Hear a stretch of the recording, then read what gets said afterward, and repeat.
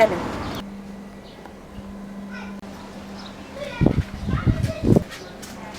Keçin içəri. Oturar. Şöyle. Mama, bir dənə dəfə gətirə bilərsən? Buyur. Ya Allah. Çox sağ ol. Görə hansı mahnı? Al oğlum. Vallahi heç bilmirəm ki, o qədər mahnı. Qarabağ. Mama buyur. Qarabağ mahnısı. Hə. Sağ ol. Bunda sevgilim seyrə çıxar, burada gəlir baharı. Sevgilim seyrə çıxar, burada gəlir baharı. Dil açır qəlbimizin ən şirin arzuları. Dil açır qəlbimizin ən şirin arzuları. Anadır arzulara hər zaman Qarabağ. Danışan Hər ikisini barada düzdür, arada belə axsaqlıqlar olur, amma beləncə, yəni dərslərim yolunda gedir. Yəni hər ikisini də çatdıra bilirəm. Yəni həm orta təhsilimə, həm də ki musiqi təhsilimə yəni çox önəm verirəm. Evdə məsələn müəlliməmiz bizə bir dərs verəndə, məsələn mən indi əsnad musiqi təhsilində 1-ci sinifdədir, amma mən 2-ci sinifdəyim. Mən 2-ci sinifdə olduğum üçün ona qabaqda olan mərhələləri öyrədirəm ki, ona 2-ci sinifdə gələndə asan olsun. Mayın 10-da Ağdam Muğam Mərkəzinin açılışı oldu və ora Əhəd xanəndə yoldaşım və Rüfəti ora bizimlə dəvət elədilər. Biz də ora getdik. Yəqin ki, bu Qarabağ şikəstəsi üzərində çalışmağımız hardasa 20-25 gün çəkdi ki, biz Qarabağ şikəstəsi üzərində hər gün gedirik məşqlər edirdik ki, gözəl orada çıxışlar eləyək. Təbii ki, həyəcanım da olurdu. Hər tədbirə çıxanda orada, yəni hər tədbirin aurasına görə hər insanda fərqli bir həyəcan yaranır və prezidentin bizə görə kövrəlməsi məni çox fəxrləndirdi, yəni bir qürur hissi idi mənim üçün. Çünki Ağdamda Muğamın beşiyində biz getdik orada Qarabağ şikəstəsi səsləndirdik.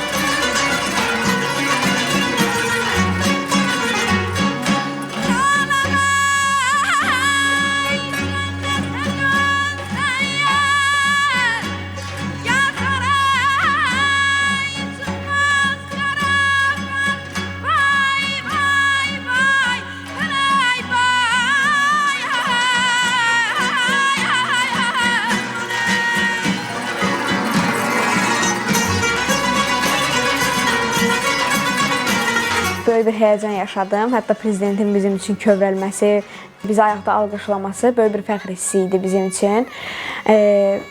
Nətər deyim, yəni bu hissi sözlə ifadə etmək olmur, amma biz o sözü mahnı ilə ifadə eləmişik.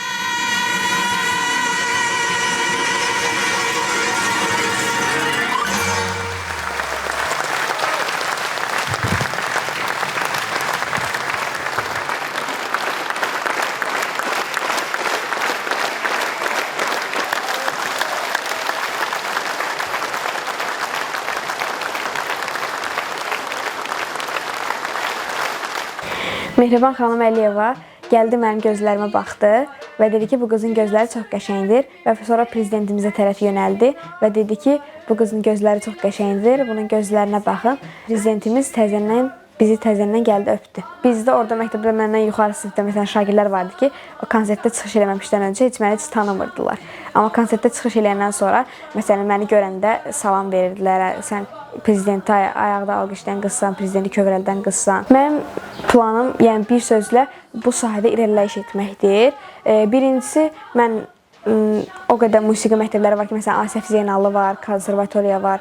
Mən onların hər ikisində daxil olub bitirmək istəyirəm. Planım budur. Yəni, bu sahədə irəliləyiş etmək istəyirəm.